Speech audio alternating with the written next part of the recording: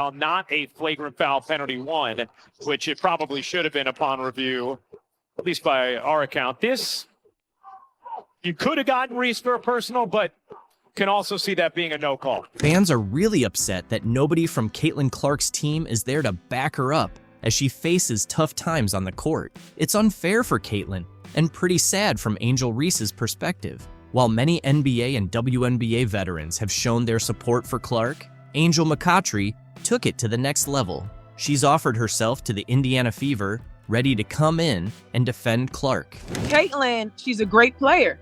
I'm a fan of her. You know, I think, are girls jealous? I don't know.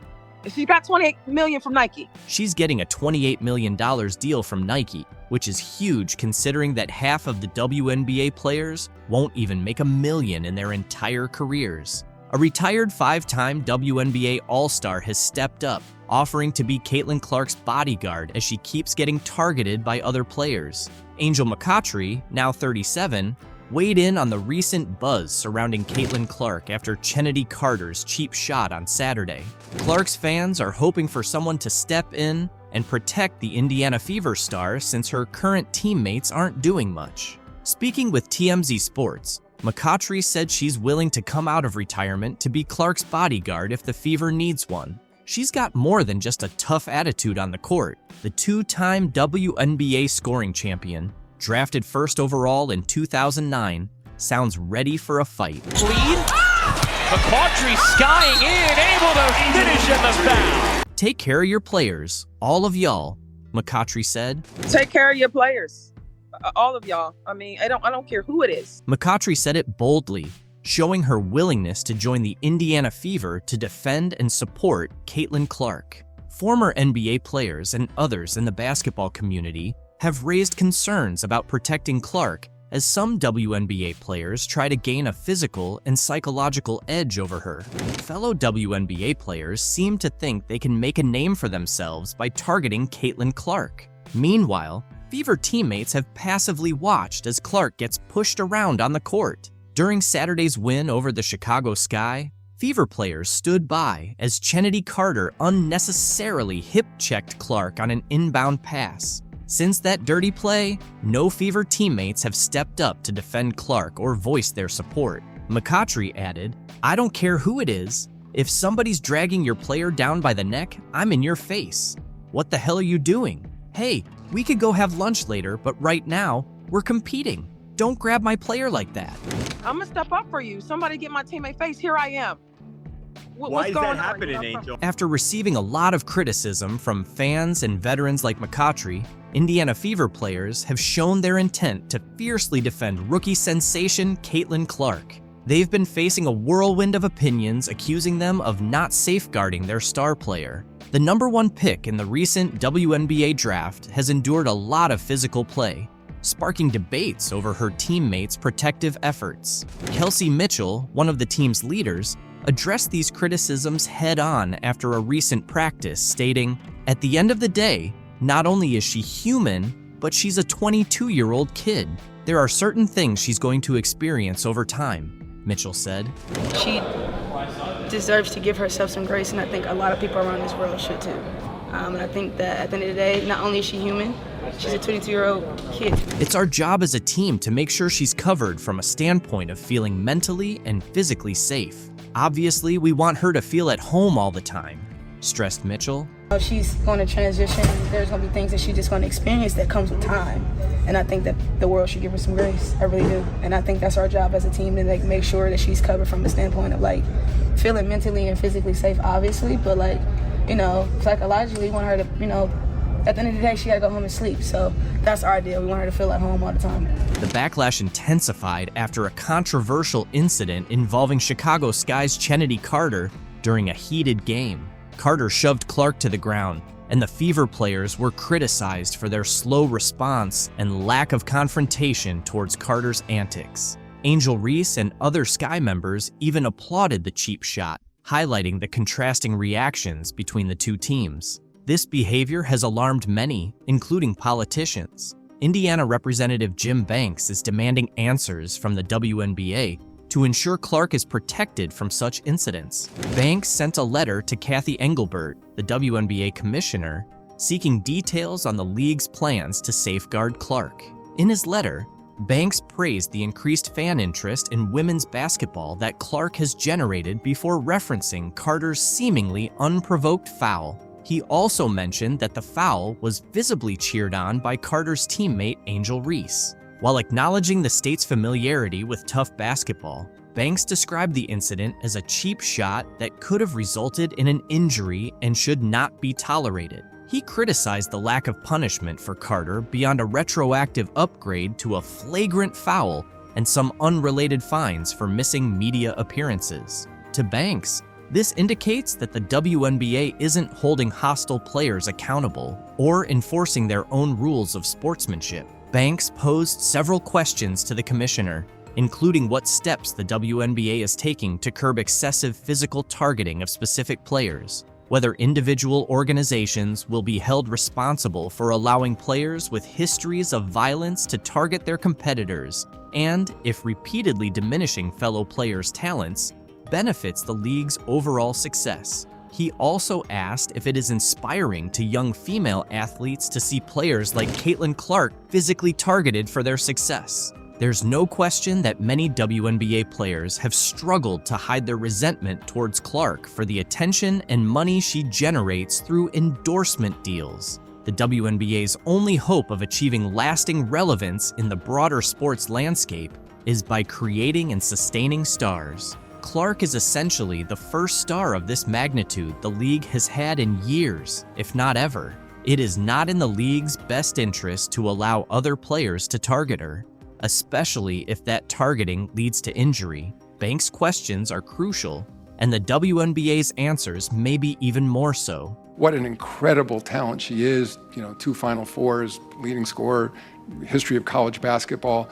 So I look forward to watching her ongoing development in the league. But the response to this letter from the WNBA commissioner is epic. Speaking at his usual press conference ahead of the NBA Finals on Thursday, League Commissioner Adam Silver addressed the flagrant foul by Chicago Sky guard Chennedy Carter on Indiana Fever player Caitlin Clark last weekend. He called it a welcome to the league moment, adding that it's nothing new in basketball. It's nothing new in basketball that there's sort of welcome to the league moments. Carter's off-ball foul against Caitlin Clark on Saturday has sparked an outcry from critics, who argue that Carter appeared to go out of her way to throw her hip and shoulder into Clark, who had her back turned and fell to the ground after the foul. Silver addressed a wide range of topics, including Clark's rising stardom in the league, the future of the WNBA, and an upcoming media rights deal.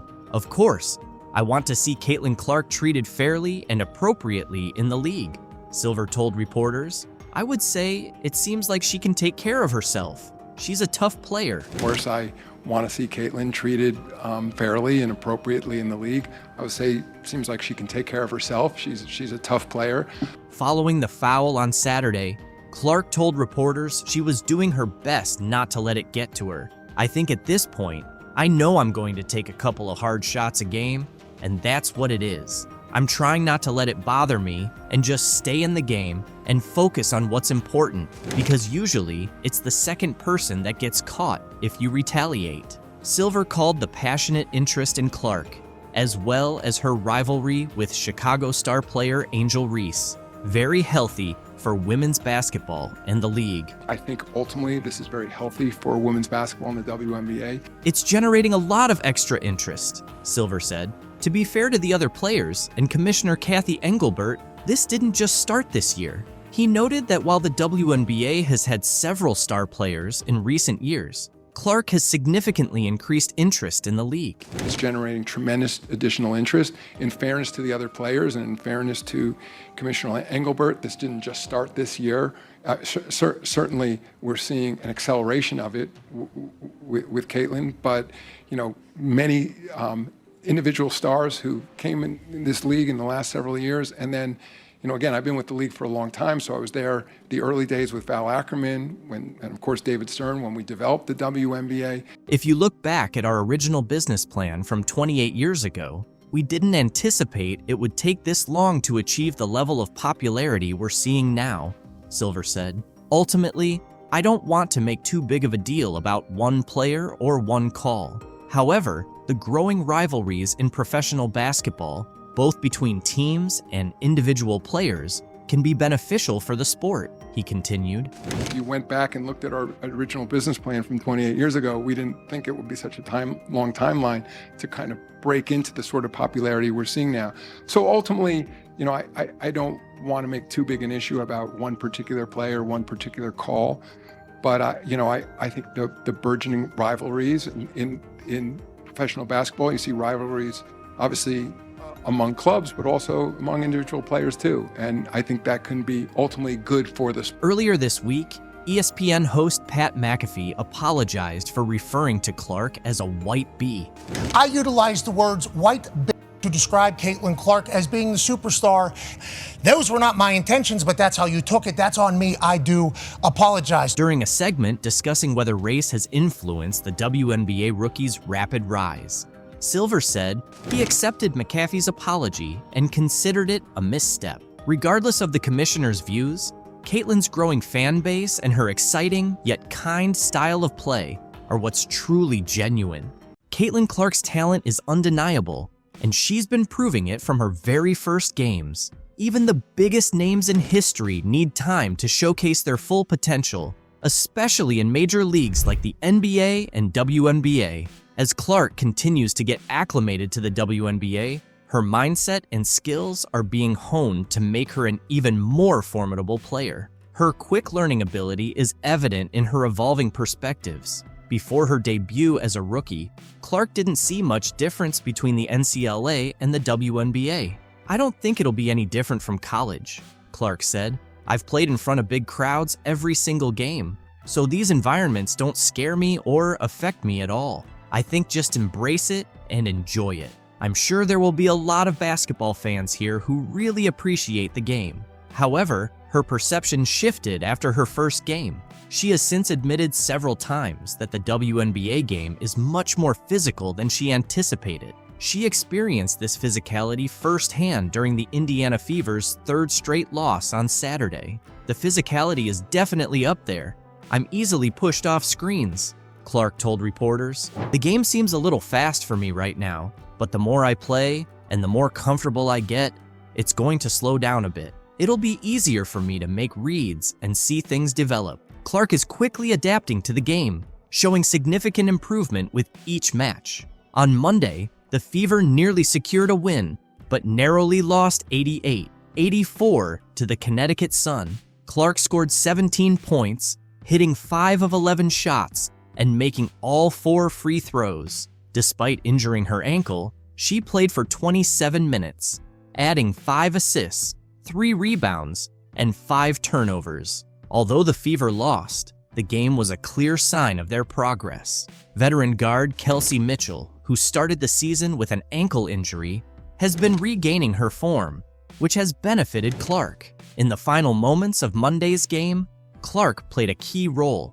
contributing to 17 of the Fever's 23 fourth-quarter points. The excitement surrounding Caitlin Clark is at an all-time high, and for good reason. Some frustrated fans have even edited the Wikipedia page of Indiana head coach Christy Sitz following Clark's first 2 WNBA preseason games. Clark played in 2 preseason matches for the Fever, but has not yet participated in a regular season game. Fans are already expressing their dissatisfaction with side's management of Clark, who is expected to be a key player in the WNBA. Clark had a strong preseason debut against the Dallas Wings, but shot 4 for 12 in last Thursday's game against the Atlanta Dream. Sides commented on Clark's performance, saying, "I think she's used to some shots that she's taken in the last few years that are just those shots she's going to get open looks. She's got to figure it out. I gave her a rule the other day. She has 0.5 seconds to make a decision."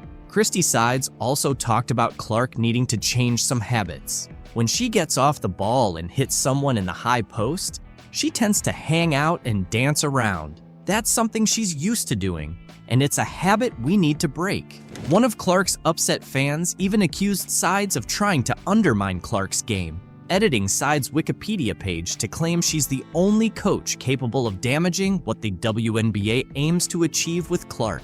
The edited entry in the Indiana Fever section reads, Sides got her first head coaching job in 2022 when she was hired as the 9th head coach in Indiana Fever franchise history and the only coach that could possibly ruin what the WNBA is on track to accomplish by ruining Caitlin Clark's game. During Caitlin Clark's pregame warm-up in Brooklyn on Saturday, she paused for an interview with NBC's Today hosts Hoda Kotb and Jenna Bush Hager. Later, she posed in uniform with Trailblazer Billie Jean King. In between, Clark played a game, scoring a career-high 22 points with 8 assists and 6 rebounds. Notable figures like Jason Sudeikis, Megan Rapinoe, Sue Bird, and Dawn Staley watched as she dominated the court. Clark's first week in the WNBA highlighted both her star power and the challenges of transitioning from college to the pros. She debuted in Connecticut and Indianapolis, and following her first game in New York City, she received mixed reactions. Fans eagerly awaited wearing number 22 shirts and holding signs, and Clark tried to accommodate as many selfie and autograph requests as possible. Caitlin acknowledged that she needs to handle physicality better, be more decisive in navigating screens, and develop more chemistry with Indiana's posts. She assisted last year's Rookie of the Year, Aaliyah Boston, on 4 of Boston's 12 field goals in 2023. Indiana guard Erica Wheeler assisted Boston on 24% of her field goals, according to PBP stats. Clark's assists to Boston haven't been evenly distributed across games. The Fever knows they have much to improve on as a team. Through 3 games, they are allowing 18 fast break points and 17.3 second chance points per game, both second highest in the WNBA, a significant drop from last year. Their defense is conceding more than 116 points per 100 possessions, the worst in the league. Failing to contest shooters in the first half of their loss to New York on Saturday was as damaging as any offensive issues. Clark often talks about the importance of being kind to herself. She's seen both the ups and downs of being a pro, becoming the first WNBA player to record 21 turnovers in their first 21 games, and the second after Candace Parker to achieve over 50 points, 15 assists, and 10 rebounds, according to Across the Timeline. I know people expect me to do amazing things, but it might take some time, she said on Tuesday. On Saturday, she added, I think the more we play together, the better our chemistry will be. Despite the Fever's 0-3 start, Coach Christy Sides noted progress. The team faced tough losses, including a 21-point defeat to Connecticut and a 36-point blowout on Thursday. Before Saturday's game, Sides stressed the need to compete and asked her team to understand what that looks and feels like. The 11-point loss to New York showed more of the fight Sides wanted. We couldn't figure that out the other night, and that was so frustrating, Sides said. Now we kind of have an idea of where we are. The Fever are a young team with potential, competing against some of the WNBA's best. This is going to take a little time, All-Star guard Kelsey Mitchell said on Saturday. Mitchell, recovering from an ankle injury, came off the bench in Indiana's first 2 games. Playing against the best of the best is the only way we're going to get better. During one sequence in the second quarter on Saturday, Clark missed a deep 3-pointer, giving the ball back to Liberty. On New York's next offensive possession, Ionescu faked a pass, then nailed a 3 while Clark failed to contest. Running back on defense, Ionescu shrugged as if to say Clark shouldn't have left her open. She never stops moving, Clark said of Ionescu. She's always on the move, always got a bounce in her feet, and I think that's something I can try to replicate in my game. Clark is getting used to her new pro routine. At Iowa, the Hawkeyes would sometimes show up 90 minutes before tip-off, warm up, and play. But for Tuesday's opener at Mohegan Sun Arena, she arrived more than 2 hours early. In the locker room, Clark ate a peanut butter and jelly sandwich and joked with Wheeler while getting a massage. She's not used to being at the gym this early, So I told her she needs to find things to do, whether that's stretching, watching film, or filling the time, Wheeler said. Clark hasn't had much downtime, as Indiana's opening stretch includes 7 games in 12 days, with matchups against the Sun, Seattle Storm, and Las Vegas Aces in the next week. When asked about her activities outside of basketball, Clark said, "I'm about to move into my apartment, so I'm moving out of the hotel. That's fun." Veteran Fever Center Mika Catchings praised Clark's composure, saying, "I'm so proud of how she is as a person. I just hope we can band around her. It's a lot of pressure." Clark, handling pressure from both her team and the sport, is focused on playing fast and competing. She looks forward to visiting new arenas and making memories. "I'm going to remember a lot of these games because it's my first year in the league," Clark said. And here is the women's basketball world choosing to reject the attention that is finally coming their way by rejecting Caitlin Clark. The WNBA has really missed out by passing on Caitlin Clark. She's not just any rookie, she's the most exciting thing to happen to the WNBA, NCAA, and women's basketball in general. But here's an intriguing twist. She got left out of the Team USA women's basketball roster.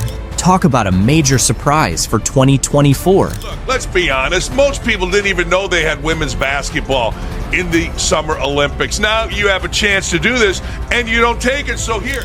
In basketball, having top-notch skills and fierce competitiveness can overshadow even the biggest teams worldwide, and Caitlin Clark embodies all of that. So, what could be behind Team USA's decision not to include the Indiana Star rookie? First, let's take a look at Clark's performance in her rookie year with the WNBA. Despite the Indiana Fever's 3-for-29 season, Clark shined individually, averaging 16.8 points, 6.3 assists, and 5.3 rebounds. Her performance and impact are unprecedented for a rookie in the WNBA. So why isn't she on the Team USA roster?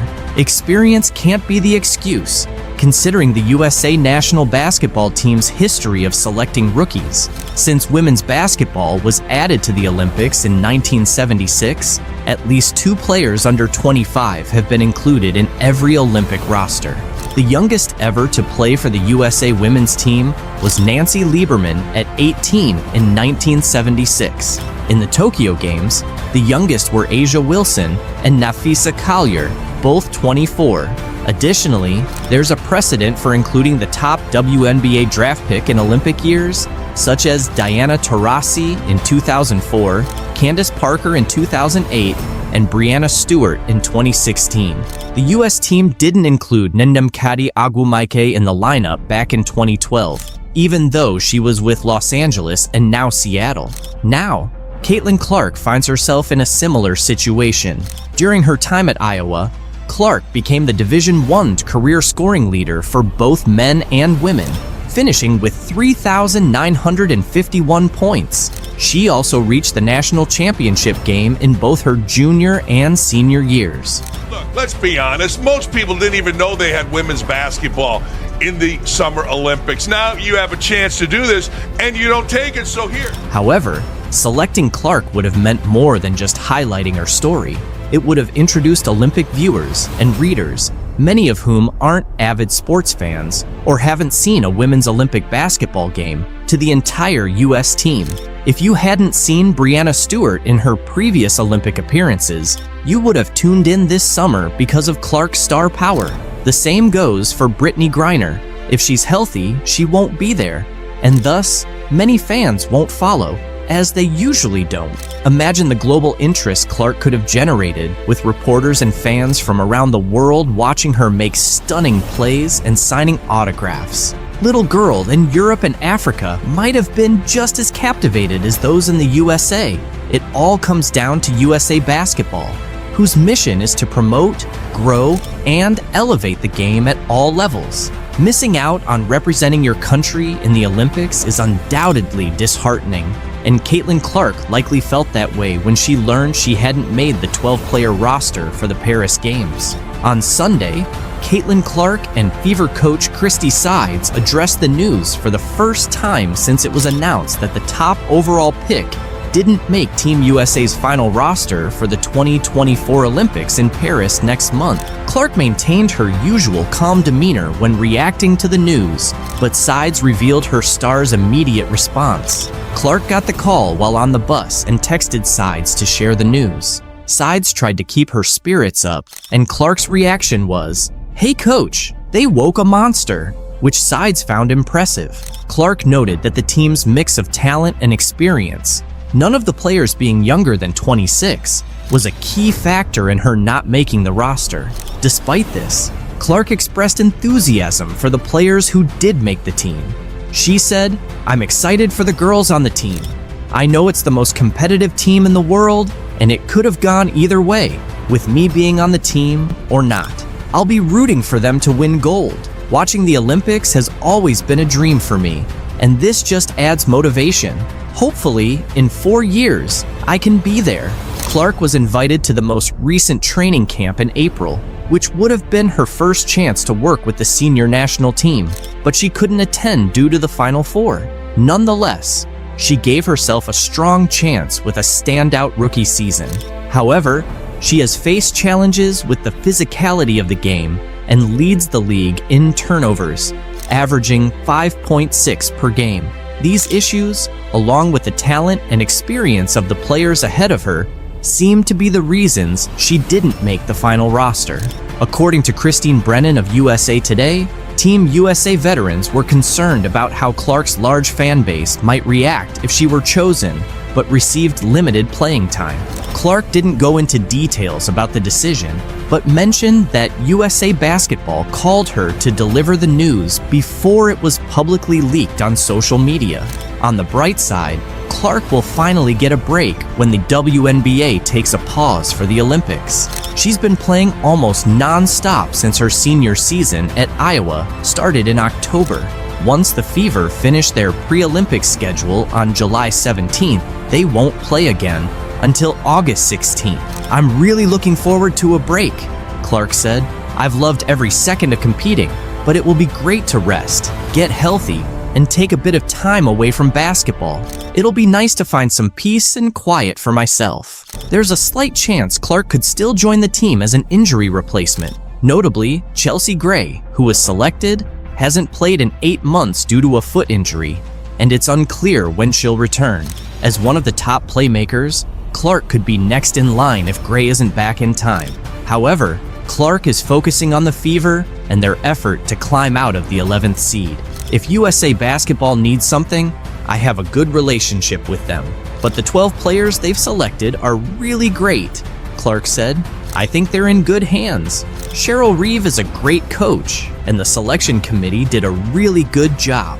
Some media personalities suggest that not making Team USA could turn out to be a blessing in disguise for Clark. Jamel Hill, formerly of ESPN, suggested that not competing for the gold medal might actually be beneficial for Clark. In just a few weeks, Clark transitioned from college basketball to becoming a professional and dealing with a demanding schedule. A multi-week break could be just what she needs, Hill mentioned in an X post. Clark had almost no offseason. Her college career ended on April 7th after a long 6-month season, and just a week later, she was the first overall pick in the WNBA draft by the Indiana Fever. She started practicing almost immediately. When Caitlin walked into the Indiana training camp, the excitement was palpable. Everyone turned to look at her, filled with curiosity and hope. People started comparing her to the legendary Larry Bird, highlighting the high expectations and excitement surrounding Caitlin's game. Back in 1979, Larry Bird joined the Boston Celtics right after his college days at Indiana State. Before he arrived, the Celtics had just endured their worst season ever, finishing with a 23-59 record.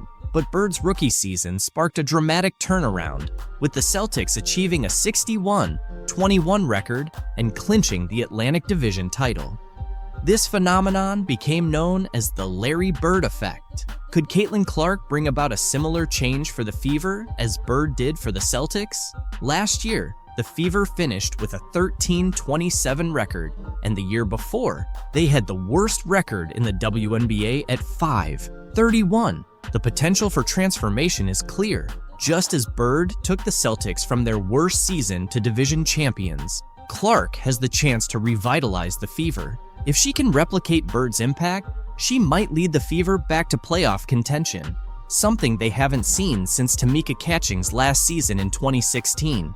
That's new to me. I think no matter what is going to happen, there's always going to be expectations and pressure on my shoulders and pressure on this team to be really good, and that's how you want it. That's exactly, we wouldn't want anything else. The excitement was palpable as the Indiana Fever kicked off their 2024 training camp at Gainbridge Fieldhouse. The familiar sounds of sneakers on the court, swishing nets, and teammates communicating filled Salesforce Court as the Fever returned for their first day of on-court action. Most of the team was there, including stars like Caitlin Clark and Aaliyah Boston, ready for an intense 2-day training camp. Head coach Christy Sides and her coaching staff wasted no time putting the players through their paces, evaluating their skills and chemistry. For Clark, this was her first official practice as a professional player, and she didn't disappoint. She showed the same talent and determination that earned her accolades in college, eager to make her mark in the WNBA. Despite the challenges and whirlwind of recent months, Clark was grateful for the opportunity to be back on the court with her teammates. I say I'm a pro by any means, but it's been fun. I think it's like, it definitely has a big city feel, but at the same time, like, it feels small and it's easy to get around. I mean, I'm staying mostly in downtown Indianapolis. I'm not driving everywhere yet. As the Fever geared up for their preseason games, Clark felt the pressure and excitement of playing at the professional level. She seemed ready to see what the team could achieve, confident in their abilities. Caitlin Clark is set to make her WNBA debut with the Fever in the 3rd week of May, but she wants to remind everyone that she's human, not a magician. As the top pick in a highly anticipated WNBA draft class, the weight of expectations is heavy, but she's handling it well. She's urged people not to expect miracles right away, emphasizing the importance of giving herself grace as she transitions to the pros. Clark acknowledges that perfection isn't realistic and that there will be challenges. She's not aiming to score 40 points per game from the start. Instead, she plans to learn from her teammates, enjoy the journey, and stay true to herself. The excitement around Caitlin is so strong that even her workout sessions have become viral sensations. During her first Indiana Fever workout on Tuesday, a 15-second clip of her shooting around quickly gained traction online. As the #1 pick in the recent WNBA draft, Clark showed her skills by going a perfect 5 for 5 in the video. This impressive performance follows her remarkable college career, where she became the NCAA's all-time leading scorer with 3,951 points at Iowa. Fever's training camp has captivated fans more than ever. During a scrimmage, Caitlin impressed everyone by dribbling past a male player and nailing a three-pointer. A fan posted a video of the play online, dubbing it, "Caitlin Clark broke his ankle." Due to how she faked out her opponent, teammate Erica Wheeler cheered her on with a playful "bye-bye boy" as the guy tried to keep up and nearly twisted his ankle. Dick's Sporting Goods even chimed in on social media, praising Erica for her support. Erica, who has been playing in the WNBA for 9 years, has been a big fan of Clark's from day one. Despite being a star and the top pick by the Fever from Iowa, Clark is still considered a rookie. Erica noted, "She's one of the best players in the world right now, but she's so humble. She's always asking for advice and trying to improve." Clark understands there's a big difference between college and professional basketball, but she's ready for the challenge. She's excited about the faster pace of the WNBA, saying it suits her style. "The coaches here have been watching me for a while and have some great plays lined up," Clark said. "I feel like I'm in good shape since I just played in the NCAA championship game." She's been keeping busy with basketball and feels confident and ready to make her mark in the WNBA. As Caitlin's fame continues to rise, Indiana is also seeing a boost in new advertising partnerships. The Indiana Fever, influenced by Caitlin Clark's selection, recently signed a major ad deal with Indiana-based pharmaceutical company Eli Lilly. This partnership introduces jersey ads to the WNBA, following a trend seen across various professional sports leagues. Starting the season, Eli Lilly's logo will appear on the left shoulder of Fever jerseys, highlighting the growing collaboration between sports and business in the state. Pacers Sports and Entertainment CEO Rick Fuson expressed excitement about the partnership, emphasizing its potential to bring attention to important issues such as support for female athletes and community health initiatives in Indiana. E-Dub compared Indiana to Hollywood when we talked to her. I know the excitement has kind of followed you for a little while, but I'm curious your spin on that and Indiana in particular. I'll agree with E-Dub there, I guess. I don't know. I mean, the excitement surrounding Caitlin Clark is unprecedented, and fans are eager to see her off the court just as much as on it. Fans are gearing up to watch Caitlin Clark make her WNBA debut this Friday, with the Indiana Fever set to take on the Dallas Wings in a preseason game. Despite being an exhibition match, ticket prices have surged, even surpassing those for a crucial NBA playoff game in Clark's new hometown. As of Wednesday afternoon, the cheapest ticket for the Fever vs. Wings game was a whopping $595 on TickPick.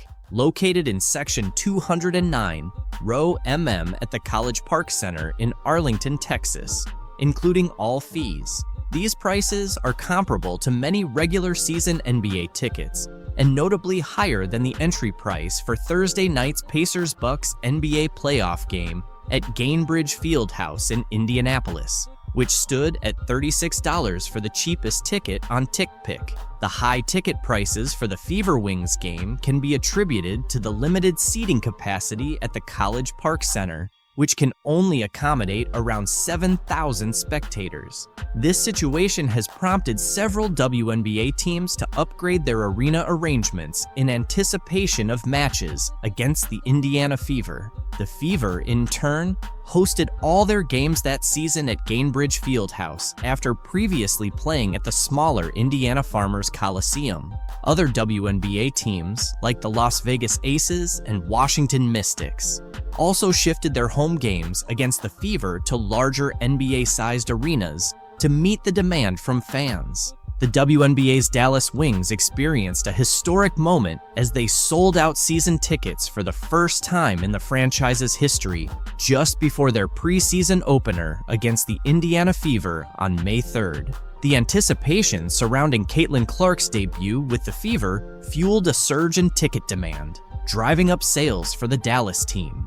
Individual ticket prices for Clark's preseason debut ranged from $210 to $350, with some exceeding $1,000 in certain sections, according to UTA Tickets. The Wings also saw a significant increase in overall ticket sales revenue, with a staggering 220% rise, including an impressive 1,200% surge in individual ticket sales revenue, according to the Dallas Morning News. This surge highlights the profound impact of Clark's presence on both the Fever and the wider WNBA community, sparking unmatched excitement and engagement among fans.